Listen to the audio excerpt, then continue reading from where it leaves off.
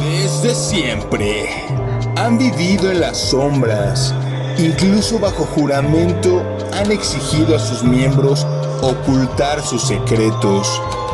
Son protagonistas de diversas teorías conspirativas y leyendas por todo el mundo. Su misticidad es su principal característica y su conocimiento el deseo de muchos. Esto es Proyecto Insomnio. In nomine Patris et Filii et Spiritus Sancti. Amén. Hola, ¿qué tal? Una vez más, como cada jueves, sean bienvenidos a su podcast favorito, Proyecto Insomnio. El día de hoy vamos a estar platicando de un tema un poco más oscuro, más secreto, esa es la palabra. Julio, ¿cómo estás? Pues muy bien, la verdad es que es un tema apasionante. Yo creo que todos alguna vez hemos pensado ¿qué me faltó para ser seleccionado en una sociedad secreta? ¿O qué conocimiento me estoy perdiendo por no pertenecer a una sociedad secreta? Así que investigando un poquito, creo que hay muchos conocimientos que de manera mística salen por ahí y que sí son interesantes. Bastante interesantes, claro, güey. Y también está Rafa. ¿Cómo estás, Rafa? ¿Qué onda? Pues aquí viendo cómo aterrizamos un poquito el tema para que no se sienta como tan pesado, serio, güey, ¿no? tan Como serio, tal. güey. Sí, claro, güey. Es un tema bastante interesante, pero sí, le vamos a echar ganas para platicarlo y que sea como muy digerible para ustedes. Pues yo creo que lo mejor para empezar un poquito... Yo soy Carlos y somos Proyecto No te saludaste Insomnio, a ti güey. mismo, No me saludé a mí güey. mismo, güey. No me regañan de que no me presento, güey. Vamos a la mitad y apenas me está Sí, güey. Y para empezar a hablar de las sociedades secretas más famosas, yo creo que si haces un ejercicio y te pones a tratar de nombrarlas, una de las primeras sin duda son los templarios, ¿no? Sí, güey. Los caballeros templarios se supone que empezaron allá por el año 1119. Eran un grupo de guerreros sacerdotes que llegan a Jerusalén después de haber conquistado toda esta zona y quitársela a los musulmanes. Se ponen al servicio del rey ahí en Jerusalén para garantizar la protección a los peregrinos que van a visitar Tierra Santa, ¿no? Obviamente Tierra Santa es el lugar sagrado de la cristiandad y todos los peregrinos que quieren llegar a esta zona son custodiados por los caballeros templarios.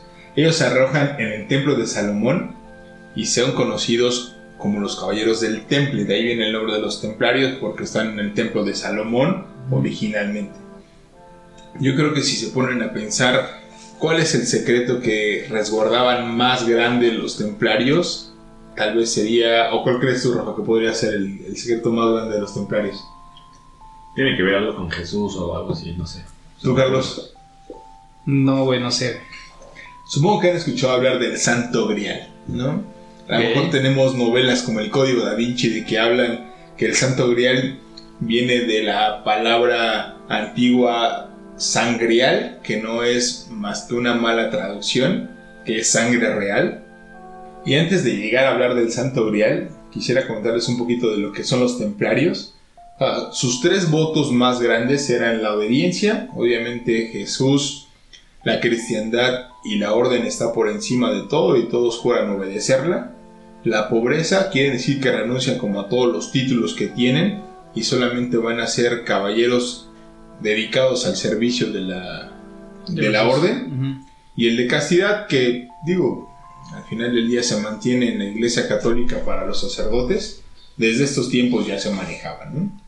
Algo que muy característico, y yo creo que es algo que vale la pena mencionar, es que nunca rompían filas ni se rendían, ¿no? Es como Entregados así a muerte totalmente. con su filosofía y su ideología. Si se ponen a pensar un poquito y los tratan de ponerles una imagen, siempre llevan como una túnica blanca y a la mitad una cruz roja que representaba como la sangre en la batalla, la sangre de Cristo. Sí. Hay teorías de lo que significa o de lo que se cree que es el Santo Grial, y ahí viene como con lo más interesante. Unos dicen que es una copa de vino, que es la copa donde se supone que Jesús tomó en la última cena antes de ser crucificado. Otros dicen que es una piedra especial caída del cielo. Otros creen que es la lanza que un caballero romano perforó a Jesús y que por ahí tienen poderes especiales. Otros creen que es la cabeza de San Juan Bautista. Y otros, que creo que es la teoría tal vez más aceptada o más comercial. Más comercial tal vez, no sé si más aceptada, güey, pero... Que es la descendencia de Jesús, ¿no? Jesus Christ. Lo cual Por un momento significa... pensé que tenían ahí la receta de la Coca-Cola. O algo así, digo. Puede ser. Ellos, por ejemplo, Jacques de Molière o de Molay fue el primer gran maestro del templo. El rey de Francia, en específico Felipe IV, Felipe el Hermoso, tenía muchas deudas con los templarios. Los templarios empezaron a amasar su fortuna porque venían de donaciones. En esa época recordemos que el primogénito era como el heredero de todas las riquezas de los señores feudales. El hijo segundo o tercero pues lo tenían que destinar a lo mejor a la iglesia y hacían donaciones. La famosísima dote le daban a los templarios y con eso subsistían. Garantizaban como la manutención de esa persona que ingresaba. Pero pues, empezaron a hacerse de muchas riquezas. Esas riquezas en su momento llegaron a que Felipe el Hermoso le debiera tanto dinero porque los templarios le financiaron sus guerras contra Francia. Y lo que se le ocurrió a este güey... Pero es que cuando llegan a Francia los templarios regresan como banqueros, ¿no, güey? Sí, claro. Y por eso es cuando empiezan a tener tanto poder, incluso superior al rey, güey. Hay por ahí un tema, hay una orden papal en la que todos los reinos de esa época no le podían cobrar impuestos a los templarios. Güey. Por lo tanto, entonces su fortuna se iba sin IVA. Sí, güey. Sin impuestos, güey, ya con eso, güey. Entonces, uno de sus grandes acreedores de Felipe eran los templarios. Ya. Su estrategia es, güey, ¿cómo me salvo de esta deuda que traigo? Pues los acusa de herejes, de practicar sodomía, de adorar a objetos diabólicos, Ajá. de escupir en la cruz y de no respetar a Cristo, cosa que es como totalmente opuesta a lo que se supone que son los templarios. Y ahí viene una relación con lo que hablamos en el capítulo de supersticiones. El famosísimo viernes 13 de octubre de 1307, Felipe el Hermoso ordena arrestar a todos los caballeros templarios, acusándolos de lo que les acabo de decir y 50 cosas más que las obtiene a través de confesiones mediante la tortura. Ordena decomisar todos los bienes de los templarios, obviamente para acabar con sus problemas de deuda. Y ahí viene un dato curioso. Jacques de Molay, que es como el maestro del temple en ese entonces, lo van a quemar en la hoguera. Y él, enojado porque Felipe está falseando y el Papa no los defiende, le lanza una maldición y les dice: en menos de un año ustedes van a estar conmigo en un tribunal ante Dios. Toma mucha relevancia porque en menos de un año se muere Felipe el Hermoso. Ajá. Y el Papa. Entonces la maldición, pues digo, si fue o no, sí cobró una gran coincidencia, güey, también. Una de las aseveraciones que utilizan es que no adoraban a Jesús, sino que adoraban a la diosa Sofía. La diosa Sofía se supone que es una diosa griega, la diosa de la sabiduría, y hay una creencia de que los templarios habían descubierto o tenían la hipótesis de que Sofía había reencarnado en María Magdalena. Bueno. Al reencarnar en María Magdalena y que lleve la sangre de Jesús en su vientre, es un secreto que pero exodia,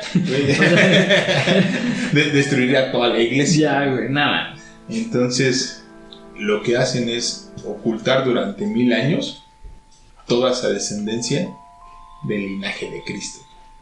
Y lo vemos en el Código Da Vinci. La verdad es que a lo mejor es una novela, creo que bien hecha, pero tiene mucha relación. Ahí mencionan como de Roslin Chapel, que es como la iglesia creada o basada en el templo judío, donde se supone que tenían toda el secreto de la religión.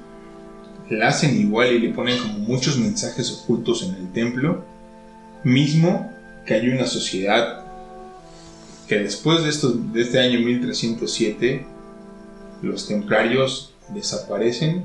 Se supone que Felipe el Hermoso decomisa todos sus bienes, pero nunca encuentra el oro que se supone que tenían los templarios, y todos creen que huyeron con el Arca de la Alianza y el Santo Grial, escondiéndose, pasando de ser una sociedad respetada y valorada por todos a ser tal vez una de las primeras sociedades secretas de la historia. Muchos creen que es como el origen de otra sociedad, que son los masones, porque tienen muchos símbolos que aparecen en la capilla de Rosny, como el compás, el caballo montado por 2 personas o 2 caballeros, tiene cantidad. Que además ese templo es como construido a semejanza del templo de Jerusalén, güey. Sí. ¿No? También. Y además la calidad como del tallado y todo esto, güey, está impresionante. También les vamos a poner fotos de eso. Está bien interesante toda esta parte de los templarios. Y como dices, güey, otro grupo, otra sociedad secreta que está muy ligada a los templarios son los masones. Y para pues, darles en términos generales, pues, de dónde vienen los masones. La palabra masón viene de masonero, güey.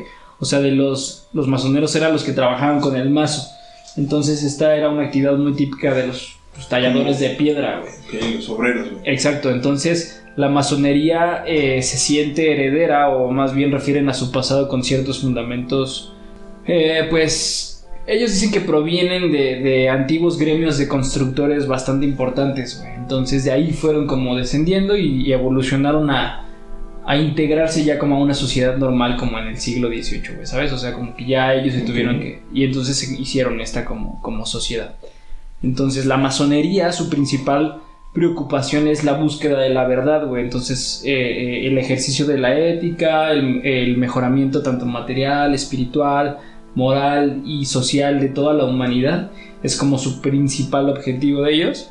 Y tienen como ese compromiso de mantenerse siempre en un estado de reflexión, güey. Uno de los mayores valores que tiene esta pues sociedad. Tienen una unión y hermandad bastante fuerte, güey. Entonces eso es también como algo importante de la masonería, de los masones. No, y de muchas sociedades, ¿no? Y claro, de muchas sociedades, güey, que comparten como justo esto, ¿no? Esta unión, y sí, se sienten tan identificados que tienen sus... Y se apoyan entre sí, güey. Sí, güey. Entonces, bueno, también para que ubiquen los masones, pues la escuadra y el compás son como los símbolos más representativos de toda la masonería. El reglamento del Gran Oriente de Francia también es un libro que ocupan mucho como tradición. Y las 3 órdenes de arquitectura en sus pues juntas, reuniones, rituales, como quieran llamarle, siempre ponen como 3 torres, güey, 3 torres de velas, porque representan a las 3 órdenes de la arquitectura, güey. Pues todo este tema de la construcción está relacionado con ellos. Y la G, ¿no? La G esta que está como en medio del compás y la escuadra, que muchos dicen que significa God, de la palabra Dios en inglés, o geometría, güey. Entonces, para formar parte tú, güey, de pues de los masones o de esta sociedad, no hay ninguna como restricción, güey. O sea, cualquier persona puede ser hoy en día masón. Lo único que pues tienes que hacer es obviamente tener un contacto con alguna de las logias. Sí, porque aparte los masones solamente son aceptados mediante invitación de uno de sus miembros. De una logia, güey, que tengas un contacto, te inviten. Y bueno, es un proceso largo, no es como de que, sí, ya soy masón, sino que desde la primera petición de una entrevista, güey, hasta que ya por fin la logia dictamina que sí o no, güey.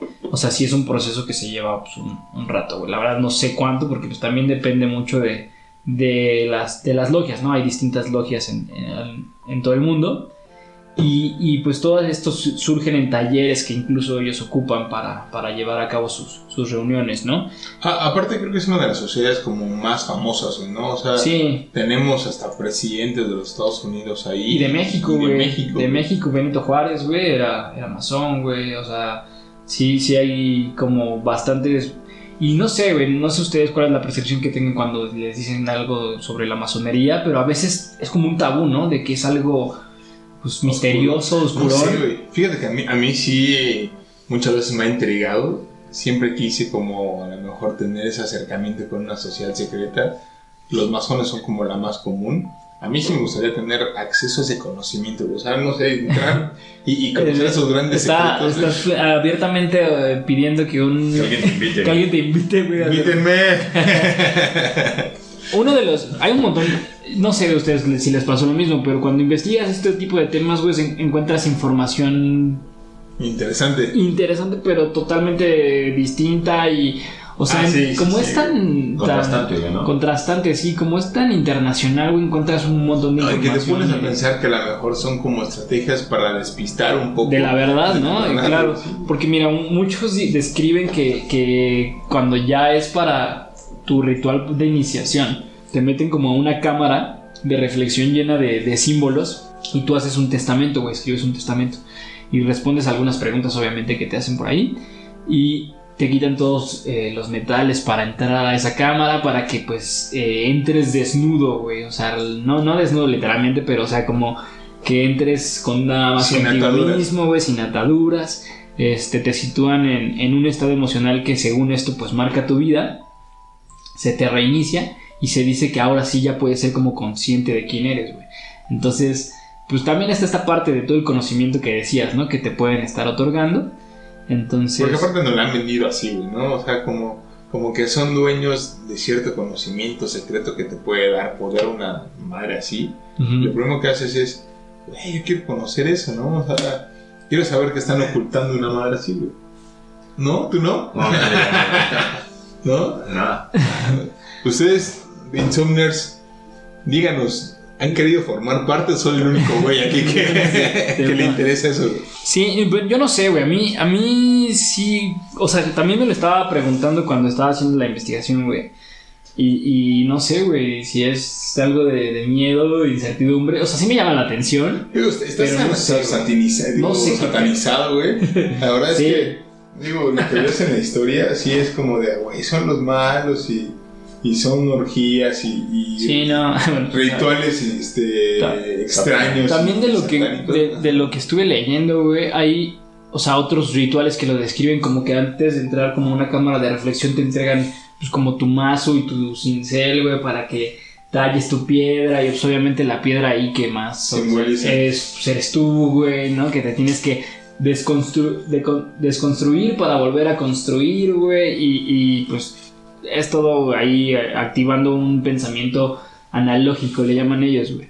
O sea, tiene su rollo al final de cuentas, ¿no? En sus reuniones ellos hablan de pues todo tipo de temas, pues de índole intelectual como social, artes, hablan de política, pero desde un punto apartidista, güey. Fue también el Lord Tlatoani de México, güey.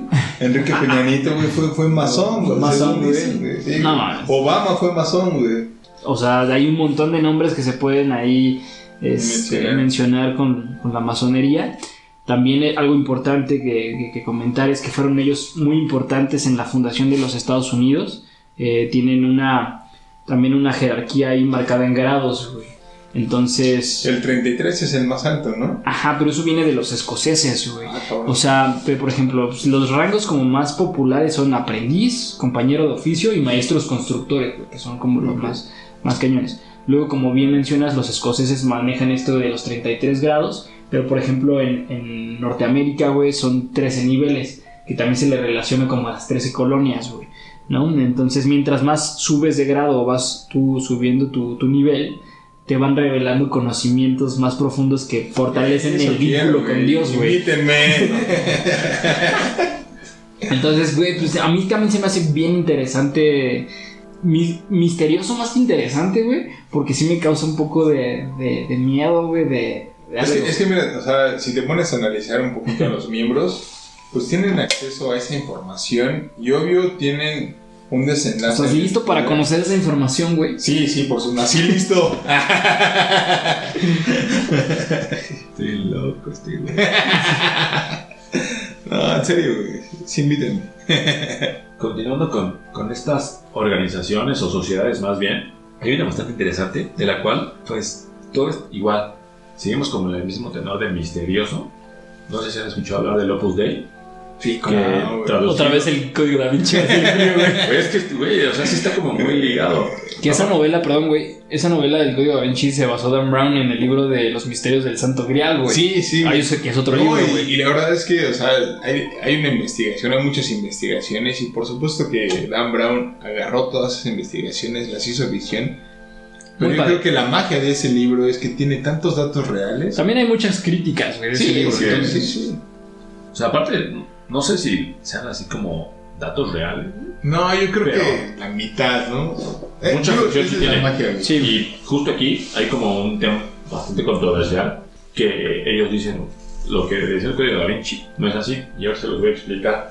Pero antes, pues, me gustaría decirles que el Opus Dei, traducido del latín, significa la obra de Dios, y ellos se consideran, o más bien, ellos son una prelatura, tal cual así, prelatura personal de la Iglesia Católica. Una prelatura es una institución católica que está avalada por la Santa Sede, o sea, por el Vaticano, y que se dedica como a ese tipo de misiones para, si no evangelizar, sí darles como el conocimiento que tienen en su orden.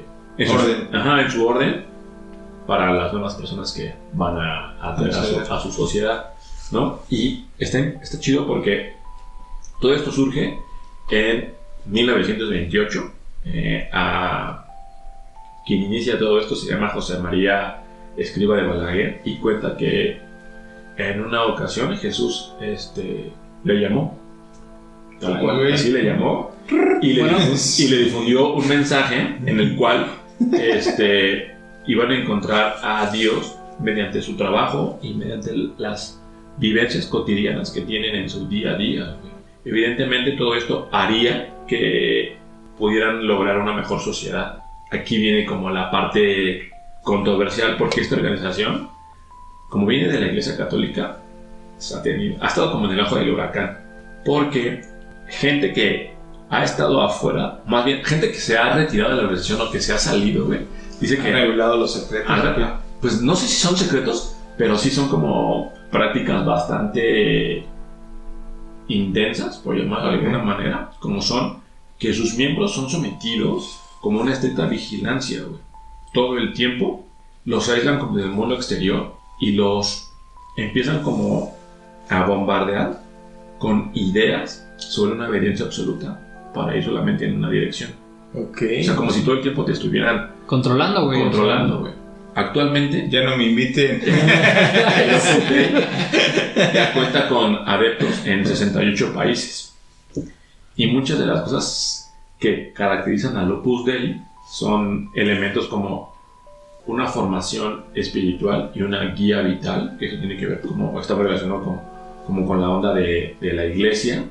Otra es que por medio de la familia, el matrimonio y tu trabajo diario puedes obtener ese momento o o un camino más rápido para obtener o tener a Jesús en tu vida. Verde.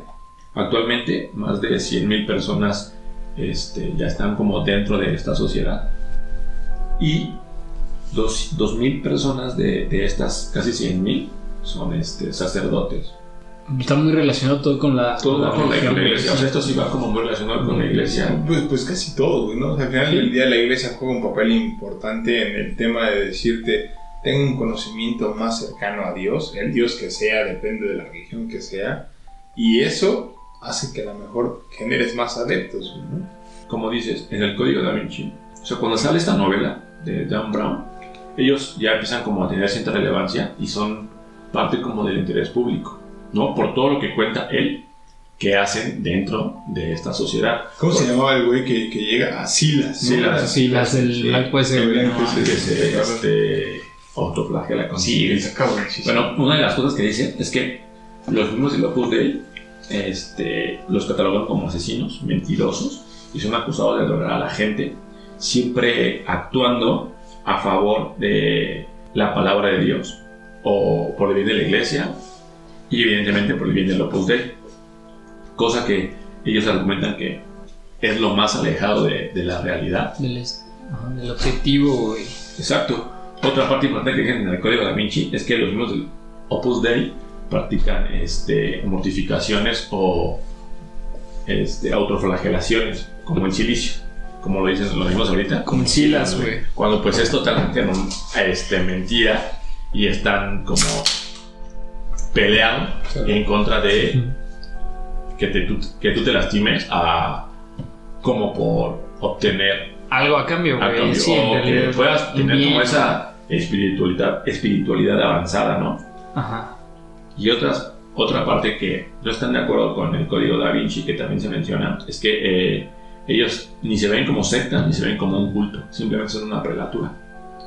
Entonces hay como muchas cosas. Al final no es como una sociedad de la cual sepamos a grandes rasgos, o sea, tanto como la masonería como los templarios, porque todo es muy hermético y evidentemente pues ahí es donde surge el interés, ¿no? del misticismo que hay dentro. No, y algo bueno debe tener porque tiene tantos adeptos y la gente sigue, ¿no? Y está muy relacionado también con el priorato, güey, con el priorato de Sion, güey. O sea, lo puse ahí con el priorato. Ahora del priorato, por ejemplo, tenemos, se supone que está Leonardo da Vinci, Nicolás Flamel, güey, que era un boticario. Copérnico, güey. O sea, hay varios, la verdad es que, ¿no? Sí, güey. Pues, en teoría el priorato era como su misión, guardar como todo el conocimiento que había desde los tiempos de Jesús, ¿no?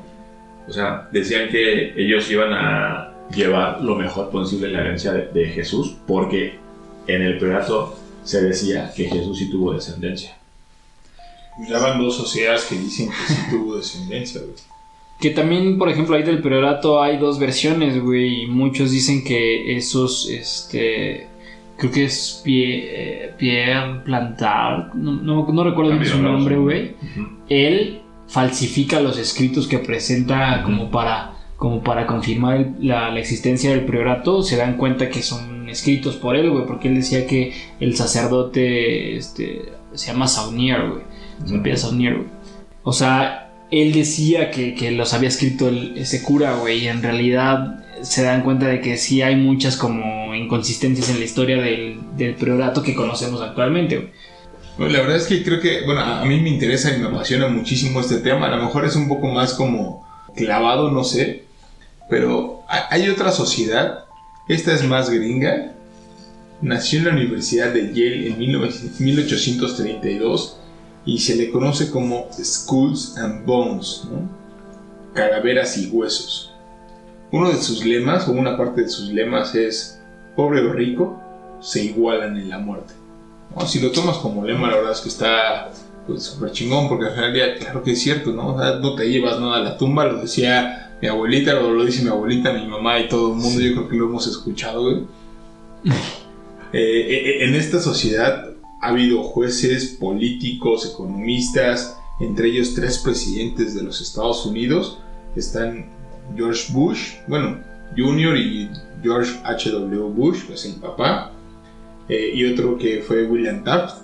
Ya tiene como muchísimo tiempo y tal vez como que no lo ubiquen. Hay otro físico como muy famoso, que es el que ideó el telescopio Hubble, es Lyman Spitzer, también perteneció a Skulls and Bones. Hay por ahí la contienda que tuvo George W. Bush para competir por la elección de la presidencia. Tuvo a uno de sus compañeros, John Kerry, que también era dueño de los Bonesman, les llaman, ¿no? Entonces está como muy fuerte su presencia en los Estados Unidos. Obviamente uno de sus símbolos es como un reloj adelantado 5 minutos. Algunos creen que esta sociedad también planeó el asesinato de Kennedy. O sea que está cañón, ¿no? Hay un dato curioso por ahí. En una de las historietas de Batman refieren que el abuelo de Bruce Wayne asistió a Yale y que él fue el creador de Skulls and Bones, ¿no? Está cagado. También la corte de los búhos, güey, de Batman es una sociedad secreta. Ahora, en esta sociedad cada año escogen a 15 miembros que son del último año de la universidad. Entonces creo que es una de esas sociedades que tiene una presencia muy conocida. No son tan secretos, al menos en sus miembros. su residencia. Pero ellos los dicen abiertamente, güey. Sí, tal cual. O sea, sí los conoces, no es algo que se haya filtrado por ahí. Ok. La residencia en Yale de esta sociedad se llama La Tumba. O sea, por supuesto que en Yale hay muchas sociedades. Digo, en Estados Unidos, por ejemplo, hay es muy de franquicia, de fraternidades, güey, ¿no? Claro que sí. Una de ellas es Skulls and Bones. Ni siquiera es como la más famosa, pero es una de las más famosas de Yale. Te digo, para tener a presidentes quiere decir que tienen un nivel o un poder y una influencia muy, muy grande. Uh-huh. Hay una película que a lo mejor les recomiendo. Tal vez no la encuentren porque está difícil, no está en plataformas como Netflix ni Amazon, pero se llama Skulls and Bones, en español le pusieron Sociedad Secreta. Sale el difunto Paul Walker. Tampoco, güey. Y un actor, tal vez lo ubiquen por Dawson's Creek, Joshua Jackson. Digo, es muy noventera, pero está buena. O sea, sí, la verdad es que... ¿Cuántos de ellos? Sí, habla totalmente de ellos, de cómo son sus rituales de iniciación, y al final te cuentan el por qué uno de ellos no quiere entrar a la sociedad secreta, ¿no? Digo, Okay. son rituales que se supone que son un poco extraños. Está buena. Si no la tienen, les paso el link donde la puedan conseguir, o la quemamos, o no sé, a ver qué hacemos por ahí, ¿no? Proyecto Insomnio no apoya la piratería, güey. Ni se hace responsable de lo que cometen sus... The School se llama, güey. Está muy buena. La verdad es que vale la pena. Es una de las recomendaciones. Y pues es una más de las sociedades secretas que tenemos por ahí vigentes, ¿no? Yo no la conocía, o sea... Sí, güey, está buena, güey. También está interesante. Voy a ver esa película, güey, si me pasa el link. No, la tengo en original, güey. No, sí. Y también, más o menos, siempre hay una parte como, pues, de ética que se cumple como en estos, como, sociedades, como que también se puede ver manchada ahí por otros temas más oscuros. Y la sociedad que les voy a platicar tampoco es tan secreta, pero, pues carece de ética y de cualquier valor. Estoy hablando del Ku Klux Klan, güey. Güey, claro, los gorritos estos famosísimos. Como capuchas, ¿no? Como monjes, güey. Pues estos nada más tienen como los ojos descubiertos, ¿no? Ajá, claro, güey. Estos, güey, son unos, pues, retorcidos mentales, güey, que, pues, básicamente tienen una estructura racista, güey. Es un movimiento político con más de 150 años. Ya bastante tiempo ahí arraigado en nuestra sociedad, que a finales de 1865, en el final de la Guerra de Sucesión Norteamericana, que enfrentan los Estados Unidos, los estados del sur contra los estados del norte, porque los estados del sur apoyaban pues la esclavitud, güey, los del norte no estaban de acuerdo, entonces pues empieza como esta guerra que ganan los estados del norte y empiezan a darles un sueldo a los trabajadores. Y pues obviamente los del sur, güey, seguían aferrados a que no, güey, a la mano pues, de obra barata, güey, o regalada, es la esclavitud, ¿no? Entonces, cuando ya ganan esta guerra en los estados del norte, se crea como el Ku Klux Klan, ¿no? Como una reacción a todo lo que estaba sucediendo. Se crean en Memphis, empiezan a ponerse de acuerdo para hacer un grupo de choque que tenía como objetivo, pues, meter miedo a toda la mano de obra del sur, güey, que ya se quería ir al norte a trabajar, pues, dignamente, güey, ¿no? Entonces lo que ellos querían hacer era como, pues, mantenerlos ahí, güey. Entonces les metía miedo con todo esto de su grupo del Ku Klux Klan. Y obviamente había muchos ricos, güey, interesados en que, pues, no se les fuera la mano de obra barata, güey. Entonces hay muchos líderes políticos, sobre todo del Partido Demócrata, güey, que empiezan a apoyar al Ku Klux Klan. Años más tarde se disuelve este grupo, güey.